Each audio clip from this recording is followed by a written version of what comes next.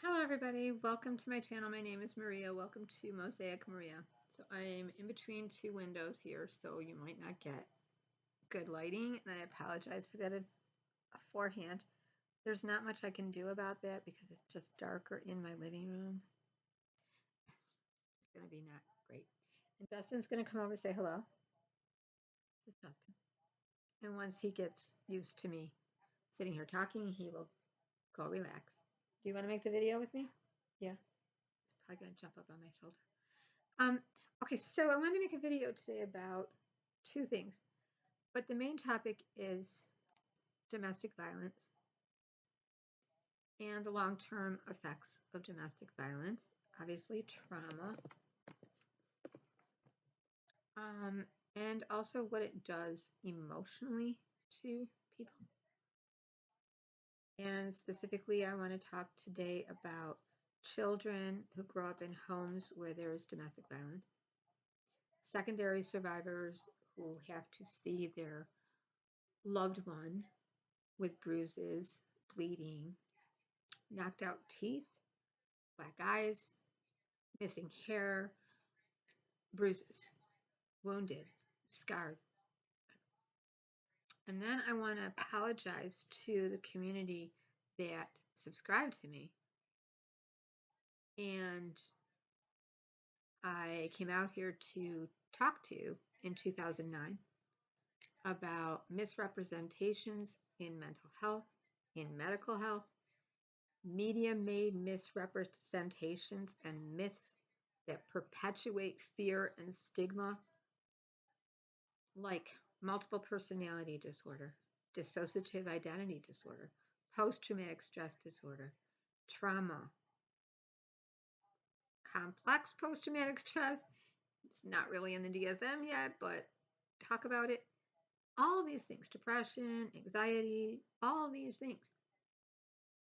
I wanted to talk about how when the media portrays a person with post-traumatic stress, you why do people think this is how it is? When the media portrays a working woman on the street or somebody that does massaging and whatever, why is it always portrayed like something sinister and criminal? When the media portrays a homeless person, they don't portray it's always portrayed criminal. People that are addicted and struggling with addiction. They always show the heroin addict, strung out, and going through the withdrawal and everything. It perpetuates myth. It perpetuates disease.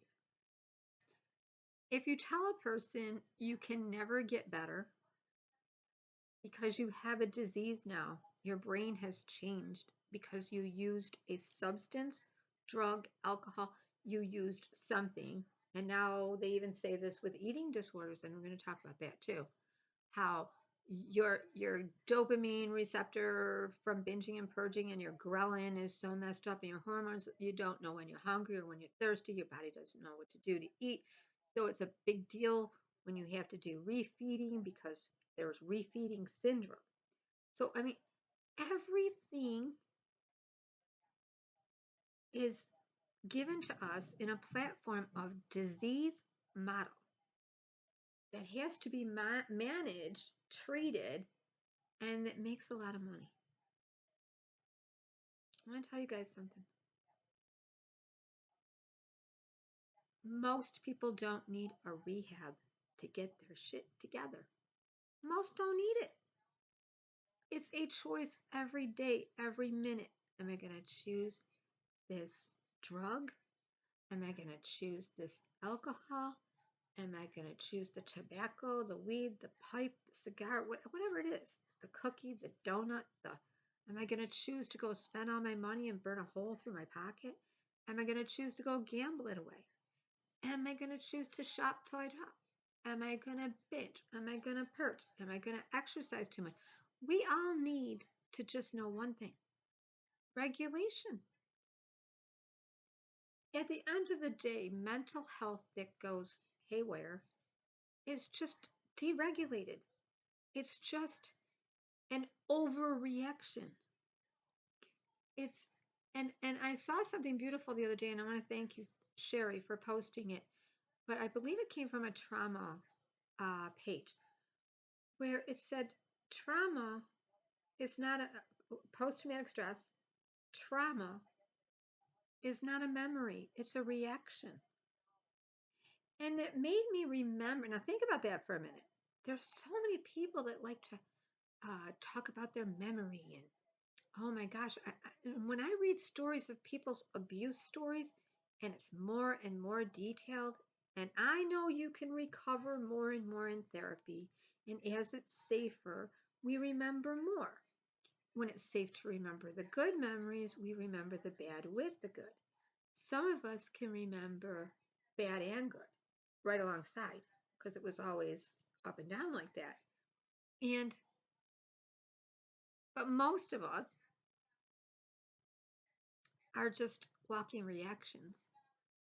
And until somebody points it out, why are we reacting this way?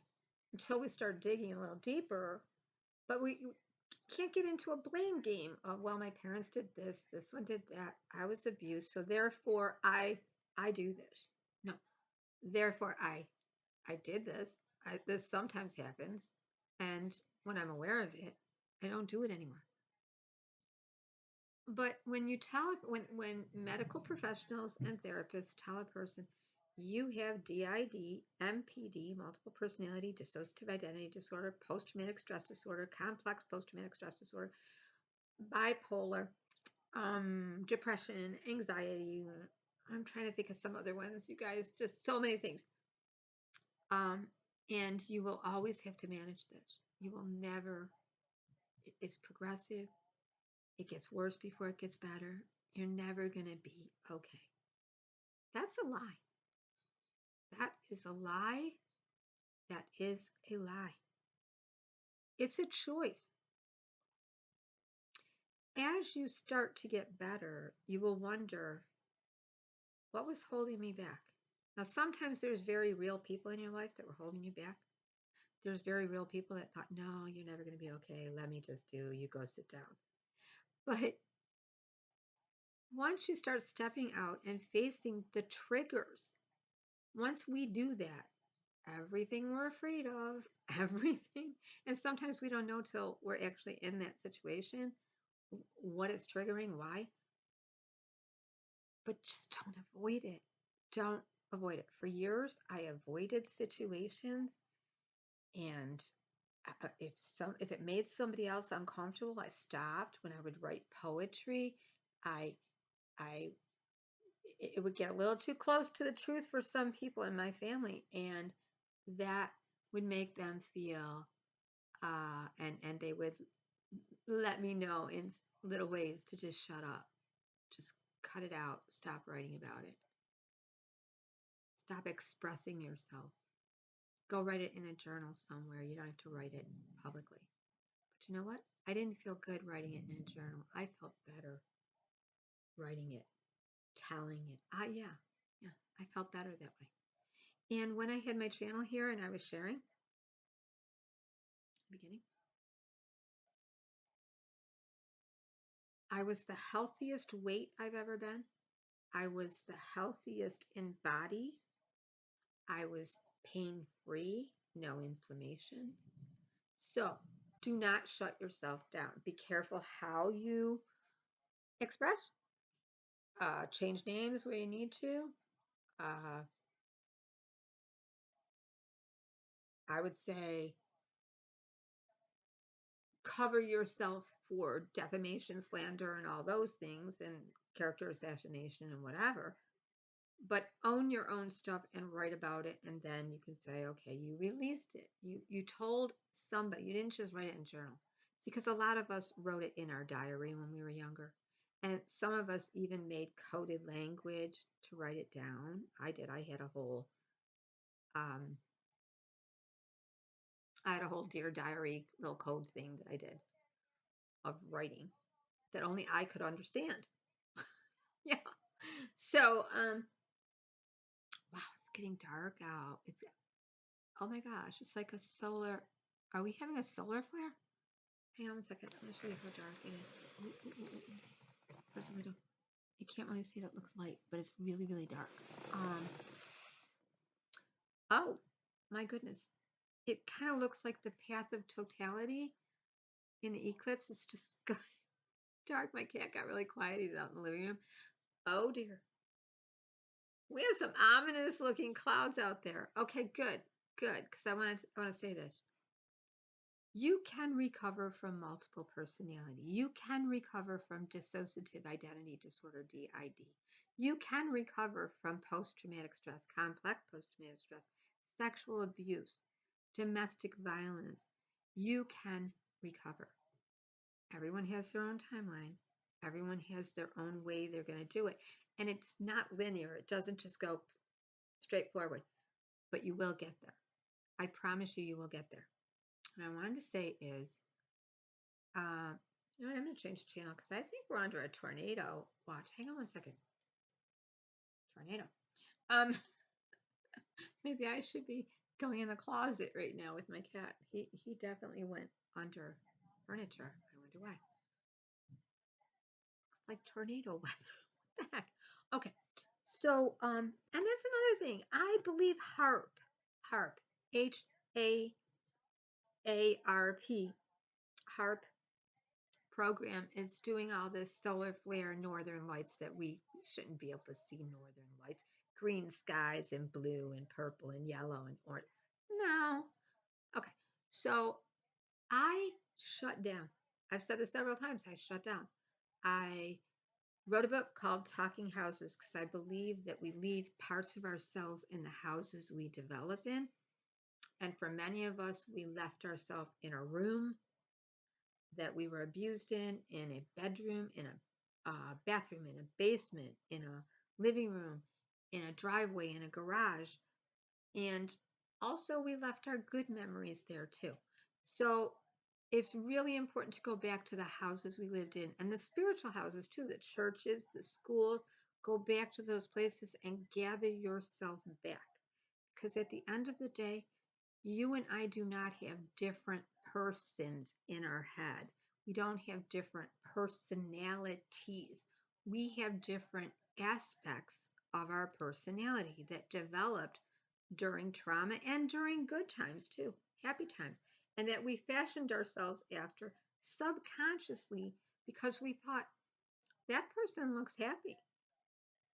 This person doesn't look like they have a care in the world. This aunt of mine, I really want to be like her, or this grandmother, or this cousin.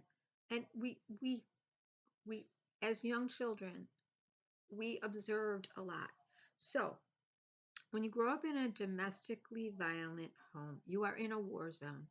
There are no rules that say there's no red blaring light that says take shelter, emergency. No, no, no, no, no. No. You have to learn. Dad just walked in the door. Mom looked over at him like this. Dad's eating with his fists closed. There's noise. One parent said something kind of snarky to another. There will be payback for that. Children that are abused, women and men that are abused by their mates, they know the minute they do something, this is going to get me in trouble later. Uh-oh. And sometimes the abuser will toy with that because they don't want you to be ready. So they turn on the love, the big love. They overlove you and go happy into the honeymoon cycle where you think, wow, that got past him, her, them. I made it out okay. But no, then that sadomasochistic shit pulls in. And when everything's going good, they just beat you. They just beat you down. And you don't even know why you did. And then they tell you that was for 3 weeks ago. That's a very sick thing to do, and batterers do it. Be careful when leaving a battering situation. I think of Nicole Brown Simpson. I think of California versus Orenthal James O.J. Simpson. The very day that Nicole and Ron Goldman, were murdered, Nicole had finally publicly shamed and said, talk to the hand, OJ. You're not coming to the dinner at the Mezzaluna. You may be paying for the dinner at your daughter's recital with all family and friends here, but you're not welcome. We're done. Don't want you here. That same day, Paula Barberi, who was seeing OJ, realized OJ's still seeing Nicole. Nicole realized OJ's with Paula Barberi. It's not going to work. See, OJ and Nicole got divorced in 1992. They got back together in 1993 and stayed together till just about 3 weeks before her murder. OJ knew Ron Goldman. He says he didn't. I don't even know the guy, right? That's what he says. No, he knew. He knew that Nicole was letting Ron drive her car, the car he bought her. He would have definitely gone to her home before leaving to go out of town because she said, you don't get to come over. I don't care what the blood evidence was and what the evidence was. He was a batterer. I don't know what made him a batterer. I wish they would have done the autopsy with the brain concussion thing that tells people if he had that disease. Because I think he did. But I think a lot of factors went into it, like his daughter. Oh, sorry. I'm looking at something that's on a. Wait. No. No. Okay, it's gone. The light's coming back. His daughter Arnell was older from his first wife Marguerite and his son Jason. But the day he met Nicole in 1977, she was 18. We're the same age. Nicole Brown Simpson's birthday would have been May 19th last week. She would have been 65. June 12th, 30 years. That is, Ron and Nicole are dead because OJ was a batterer. That is a case of extreme domestic violence. Nobody was going to have Nicole. Nobody. And anybody that was around at that time was going to be murdered. So he met her when she was 17. And he told her, my marriage from high school is ending. But my wife just told me she's pregnant. So they didn't get married. He put her up in an apartment and she became his mistress at 18 years old. He bought her a car, put her up in an apartment, and then their baby daughter was born, Marguerite, his first wife.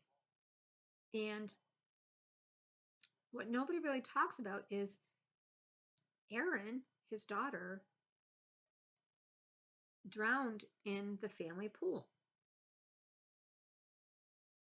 And she didn't drown and instantly die. She was kept alive on ventilators and everything for quite some time, and she didn't make it. So they had to make a decision. So right before her 2-year birthday, they buried her. And it's interesting if you go back and look at O.J. Simpson's interviews where he says, if I did it, his confession interviews. Some people call it the confession interview because he actually does create this alter aspect ego named Charlie that was with him that did it, but he saw everything kind of in a distant way. Go watch the video, If I Did It, a interview with Judith Regan, who who was going to publish the book um, that OJ was writing, where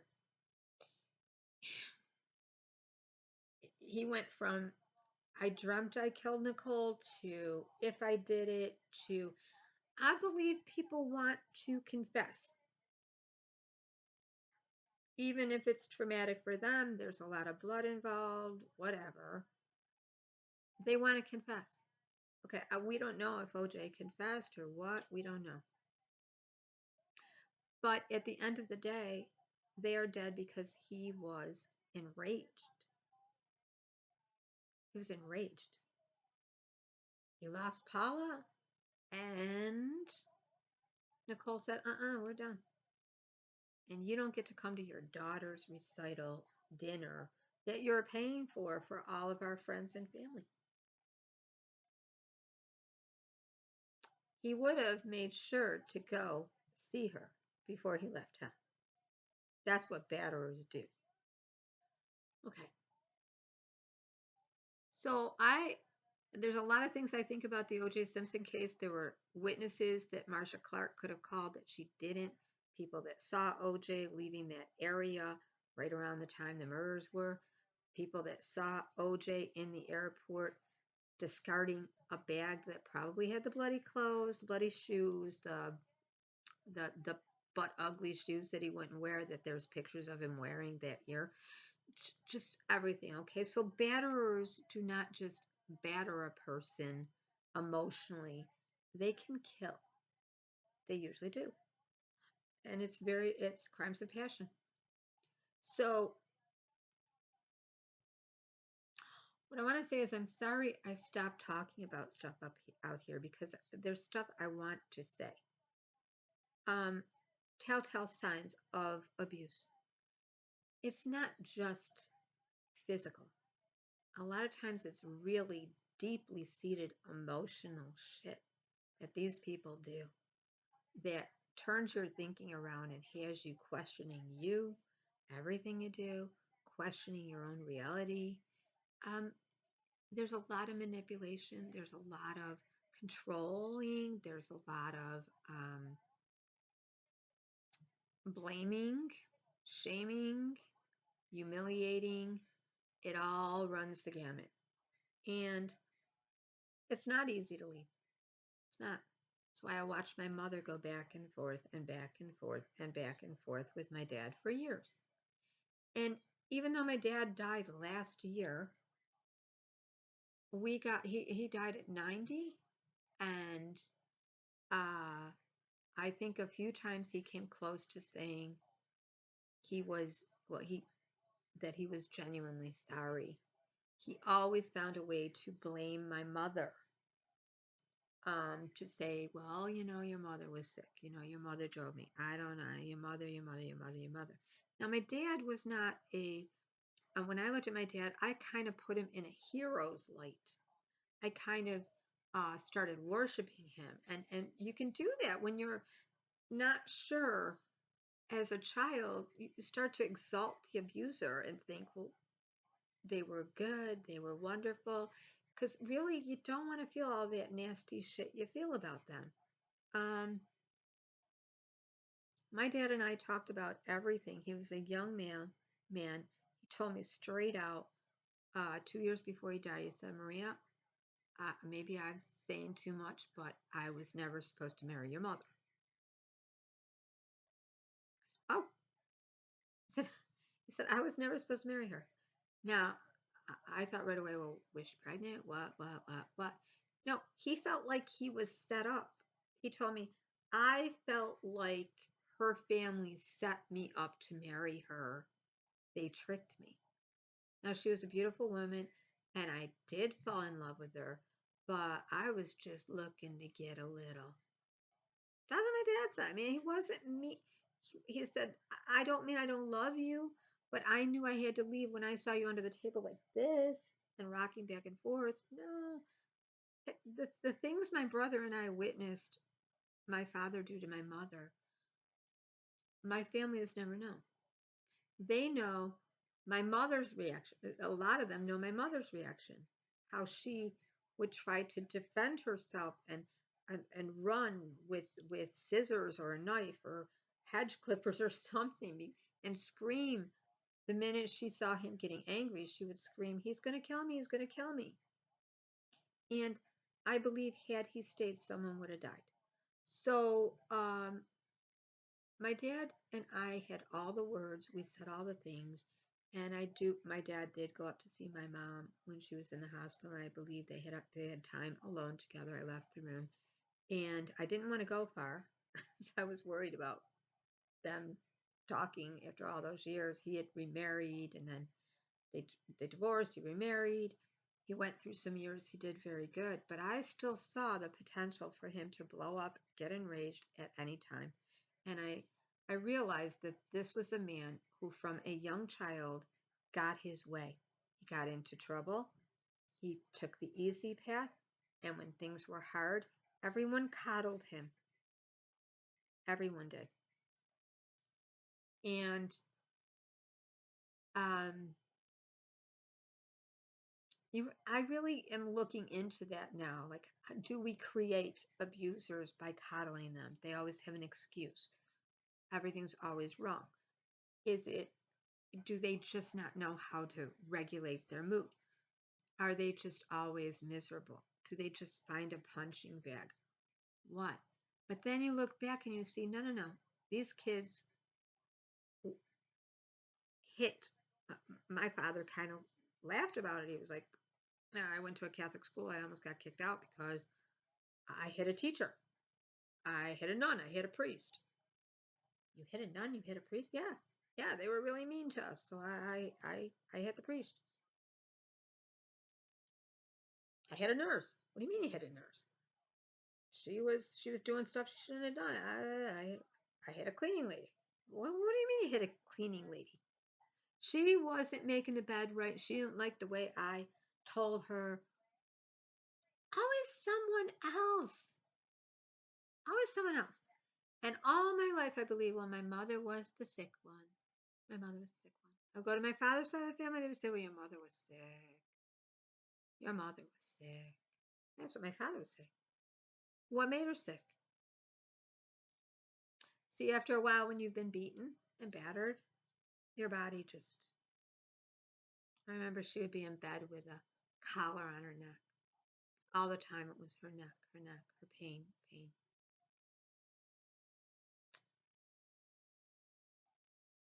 Domestic violence takes away trust. It wears your body down, your mind down. If you get hit in the head enough, guess what? You can't think straight. I ran into a cousin of mine a few years back, about 5 years ago. And we were just chit-chatting, and out of nowhere, she said, do you know what it was like to see your mother black and blued and bloodied every time you kids were brought to our house when you were younger? Now, I was a child being rescued by my uncle, being brought to my aunt and uncle's house, but my cousin, who had to move over in her bed, make room for me in the middle of the night, find clothes for me in the middle of the night. Everyone had to move over at the dinner table for my brother and me. And eventually my mother, who would be getting home from the hospital, and then they had 50 phone calls from the police department, this, that, the other. And it took her until she was in her 40s to say to me, it wasn't right that us kids had to wake up in the middle of the night every time your father beat the shit out of your mother. And they would put my mother in a room and say, just shut the door. My mother used to crawl into bed with me, bloodied, bruised, always planning an escape, always taking him back. And when I got married, I married a man very much like my dad. But it only took one time for him to put his hands around my throat. And I had such a visceral response that I didn't care. I was like, you're done. You're done. I wouldn't go near him. Domestic violence, it runs deep. It's yelling, ranting, raving for no reason. It's calling a person up to check in and say hello, and you don't really want to talk to them. You need someone to talk to, so you're just spilling all your shit on them. And then if they don't respond right, then you're beating them up. It's an employer who's throwing everything and then humiliating you. And there is abuse out there. We are worth more than that. When you're around a cantankerous, miserable shit that is constantly, they don't have any control out of their temper. They can't hear a sentence through. They have to have the last word. They have to find a way. My dad used to say, now, if you remember correctly, my dad also reminded me that I had a pimple on my face. I'll never forget how I always think of my big fat Greek wedding. Um, Literally, I remember that I was going to a dermatologist, and he would take me to see a dermatologist, and um, it was teen years. I was breaking out, and I mean, when you got a pimple on your face, come on, it hurts. You're the first person to see it. I would get down to the breakfast table. He'd lean over and say, "You got a pimple on your face. What are you gonna do about it?" Like, well, I washed my face. I'll put makeup on it and cover it. Yeah, do that. I remember him telling my mother, "Why don't you wear makeup?" My mother, "Cover your skin. It's not good skin. Put some makeup on your eyes, put some eyelashes and eyeliner on." My mother never wore makeup. All of a sudden, she was wearing all this makeup all the time. He would feel very comfortable telling you, "You're getting a little thick around the hips, the butt, the whatever."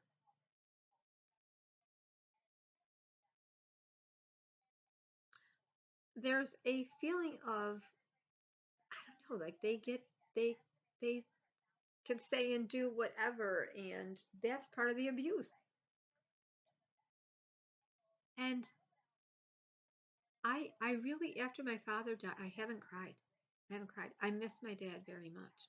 We spent a lot of good time on the phone. We had a good relationship. He was always good to me, but I had to realize he bought my silence. He did a bait and switch. Your mom was the sick one. Your mom was the sick one. Your mom, your mom, your mom. But when I look back, when I look at all my therapy notes for 28 years, my mom was a battered woman. So, yes, did she have depression, anxiety, fears? Did she take a lot of medication and drink alcohol to try to numb the pain and numb what was going to happen before and after? Did she fall right into that cycle where she believed everything was her fault? Yes. And she wanted him back all the time. And it wasn't until he finally left, married another woman, and she was a beautiful woman too. And she would have done anything for him.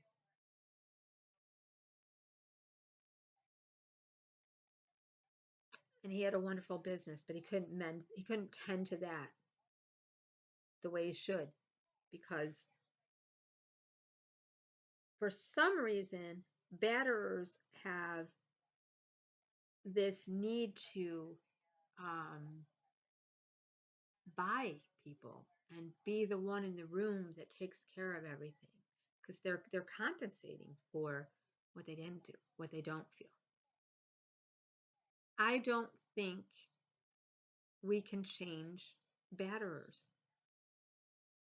They need to control everything, and um, they literally get around you, and they're like, ugh,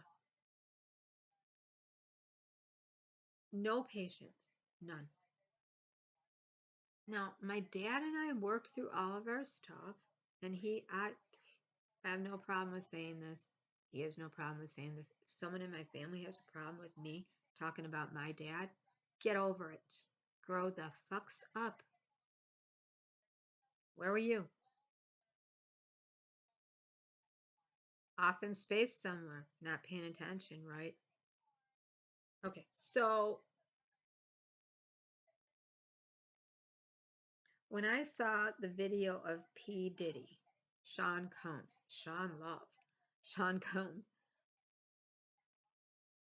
battering Cassandra Ventura, his longtime partner from a young girl there.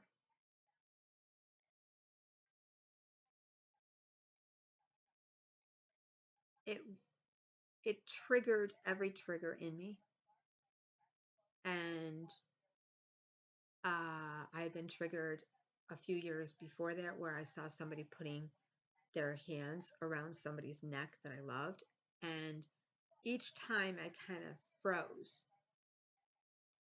And every time I see the video out there in the news, going through scrolling, more accusations or whatever, and the actual surveillance, I kind of freeze.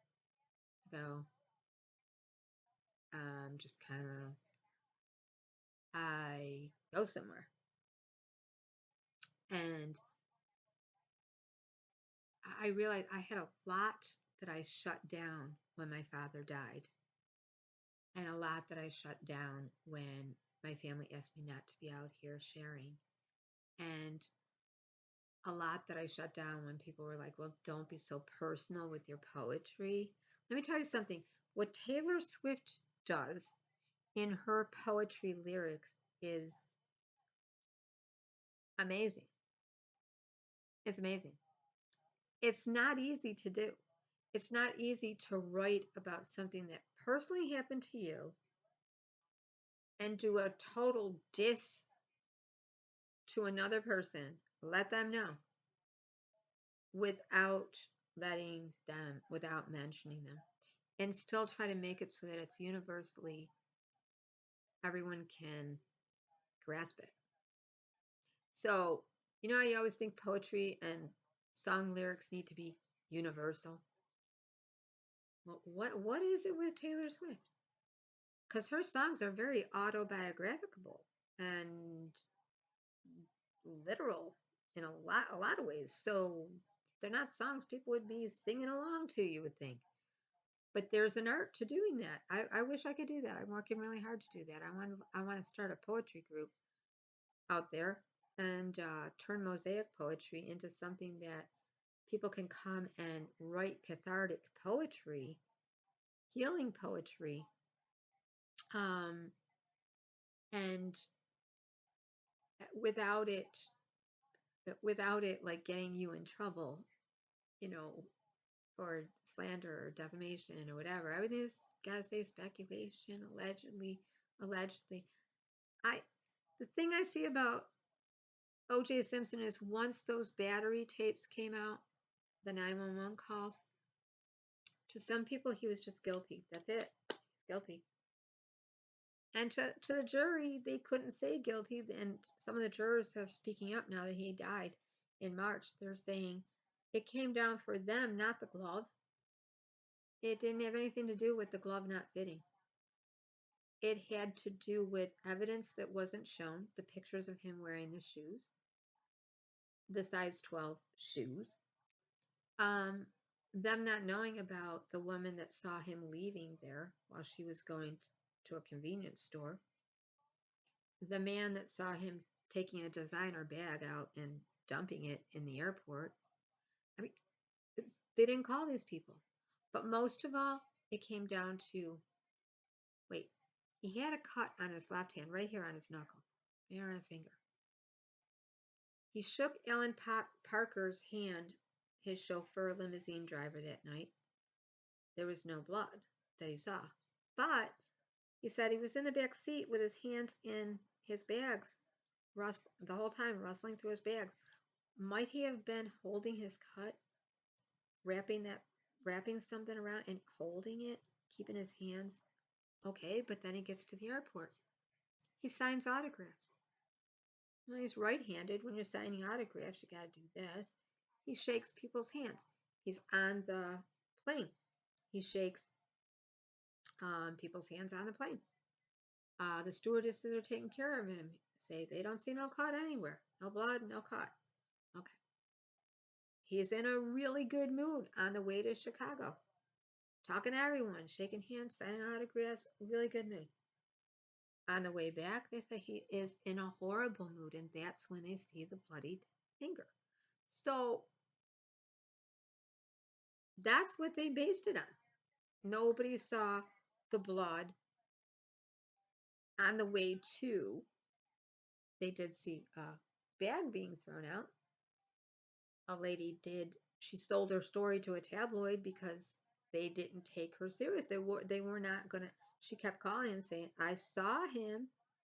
Convenience store was gonna close any minute. He lives right there. She lives right there. We went right by each other. He nearly ran me off the road." They wouldn't take her call, so she sold it to a. She kept leaving messages, so she sold it to a tabloid. And then because she sold it to a tabloid, Marcia Clark prosecution said, no, not a good witness. She won't be credible. There's things that OJ says in the interview. He says, and this is what all batterers do, they blame the person they're abusing. Look what you made me do. You're making me do this. You're you wanted this. He says in the interview with Judith Regan, he says, Nicole was a very strong woman. And when I get the chance, I'm going to talk to people about the abuse he took from Nicole. And that it really just bothered him that people thought of him as the abuser because actually he was abused by Nicole. And I believe he was. I believe that every time he looked somewhere and tried to be with someone else, she said, "Excuse me, whose earrings are those? Excuse me, who are you going out with now?" He didn't want to be told what to do. But I believe that something changed in OJ somewhere around the time his daughter died and he was basically getting divorced because he was with Nicole. But the day he meets Nicole, his wife tells him she's pregnant. I'm going to leave her, big NFL broadcaster and everything, star. He had an image to protect. So he gives her an apartment, throws money everywhere, throws money at Marguerite, the kids, her, everywhere, cars, this, that, even buys stuff for her, Nicole's parents. There's so much in the O.J. Simpson case we can learn about batterers. Can they stop battering? For a while, yeah, they can. But usually they think they're know-it-all, so they keep getting into trouble, which is what happened to O.J. They want to take things into their own hands. What else? Diddy. I heard the news today, and they were reporting that new allegations were coming forth, and that this was during the time that Sean Puffy Combs, law, whatever, Diddy, was working on having a alter persona of a mobster. So it was during his era of where he had developed a persona, which was a mobster. So this tells me that now they're trying to look at the many times he changed his name. So again, the media will go towards some kind of trauma happened to him when he was younger. And if he has DID or MPD or aspects of him working he's not aware of, they got to be criminal. They just can't be for his own good. They got to be criminal and bad. And that, again, just to bring it all around circle, I know I went all the way around with distractions, but that is the stigma. They have to assign criminology to it, demonic, spiritual, possession. They have to, and the media does. And they're already putting that into play for Diddy. They're already saying, well, wait a minute. Around that time, he changed his name again, and he adopted this alter aspect, which was into the mob. It's just about the time J-Lo went out with him and everything. Batterers, and no, batterers weren't always battered. You can raise a child perfectly right, give them all the love in the world, all the extra support that your other children don't get. You do that, and they can turn out to be a little devil. There's no guarantees. And we're all trying to put it in a box like, okay, it's the parenting. Okay, it was a single parent. Okay, it was a parent. What the thing I keep seeing is coddling, making excuse for batterers. I'm going to be talking a lot more about domestic violence. If this is something that you guys can't handle, you need to take care of yourself and just zoom by my channel. But I apologize to those of you that I just didn't want to be a part of the MPD DID community at all because, quite frankly, there's so much role playing on TikTok, Reddit, this, that, and the other. And here's another thing. Therapists are teaching people using the the superhero theory, where um, people are being taught to create alter aspect egos in therapy. They're being asked, what would you like your superpower to be? What are you afraid of doing? What triggers you? How can we get you to be exposed to that and handle it better? Whether it's a performer on the stage and they come up with Sasha the Fierce for Beyonce, or Ronan for Nicki Minaj, or Slim Shady for Eminem, or whatever. Create an alter aspect that can get on the stage and be all that in a bag of chips with no problem. And you're on. That person's on. And then take that off. Okay. So therapists are now working with people that have phobias, fears, and a lot of anxiety and depression and this and that and the other, and saying, especially trauma, and saying, um, it seems bizarre to me, but they're telling them to pick a superpower that would help them and assign it to an alter aspect. Now, they don't get really into the creating a background for them, a backdrop story, a history, a biologically, where did they come from, or a trauma. Just create an alter aspect that can do what you feel like you can't do. And then distance yourself, but let that persona, alter aspect do it. Are we not creating disease by doing that? Because you got a lot of people that are role playing with it. A lot of young kids that are like, well, I don't even know what my identity is yet. I don't know. I'm going to say I'm this one day and I'm this the next. Playing with identity. So people that are just trying it on because they don't know. They don't know. People that are trying on diagnoses, they're self-diagnosing. If they have a few characteristics with ADD, now suddenly they think, oh, I could see where I could have been ADD. If they have a few characteristics that are found with ASD, they could say, I could see where I have a neurodiverse brain, but it was never diagnosed. They could say, I think I had an eating disorder, but nobody diagnosed it. You know, when you go to when you take psychology, when I became a social worker, one of the first things I learned is you're going to sit in classes and you're going to think you're all these things. You're going to think, oh my God, I'm schizophrenic. Oh my God, I'm schizoaffective disorder. Oh my God, I'm depressed. Oh my God, I've got a type 2 personality. Oh God, I'm a sociopath. Oh God, because you're going to see yourself in all those things. But when you're young, your brain hasn't even developed, and you're given a reason and a belief system and a trajectory of how it's going to play out, progress, and end, or not end, or be. It's complete. You just, so you have to say no. No, I can choose to do something afraid. I can choose to say no and not worry about it. I can choose to speak my mind, and if they don't like it, too bad. Let it be like a duck, roll off your shoulder.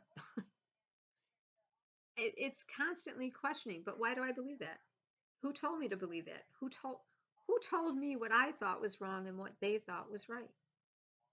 Now, there's getting good good advice from people, constructive criticism, and if you ask a person for advice, or somebody can give you friendly advice, and that's always helpful. It's done in a way that you'll accept it and you'll think about it. You'll think it's done as an open question. Have you ever thought of this or that? So, but when it comes out as a accusatory or as a um, making a person feel humiliated or ashamed, it's not going to work. So I'm just going to be more transparent out here about issues having to do with domestic violence and sexual assault. Yep. And therapy and what you need to watch out for in a therapeutic approach of let's look at an alter ego that and a superpower that can help you, or let's get to know all those aspects or go looking for all that trauma, because really, circle around again, truly traumatized people react. They don't always remember. They have a memory. They know what happened to them, but they don't know how to name it. So they keep reacting. When you get to a point where you're not reacting as much, you're getting better. You might always have I always have a grief reaction with my dad. I always have a grief reaction with my mom. I have a grief reaction to family members and things that are askewed right now. I and grief is not a disease. It comes and it goes. So all of these things are on a continuum, like a pendulum, and we can choose how to manage, and they can be managed, and you can get better. So that's all I'm going to say about that. And have a nice day, everyone. And if you sat here through the rain and the dark and the light and me wandering around in a circle verbally, I hope some of it made sense. Okay. I was very triggered by Sean P. Diddy, and they're not going to go down the road of he created alter aspects and that's why he did it. No, he's a batterer. He's a control freak batterer. O.J. Simpson, I think he got clunked in the head one too many times, but I think he was a batterer too. And what can batterers do? They can actually kill you. So be very careful on your escape plan, but do get away from them best you can. All right, take care. Bye. Thanks.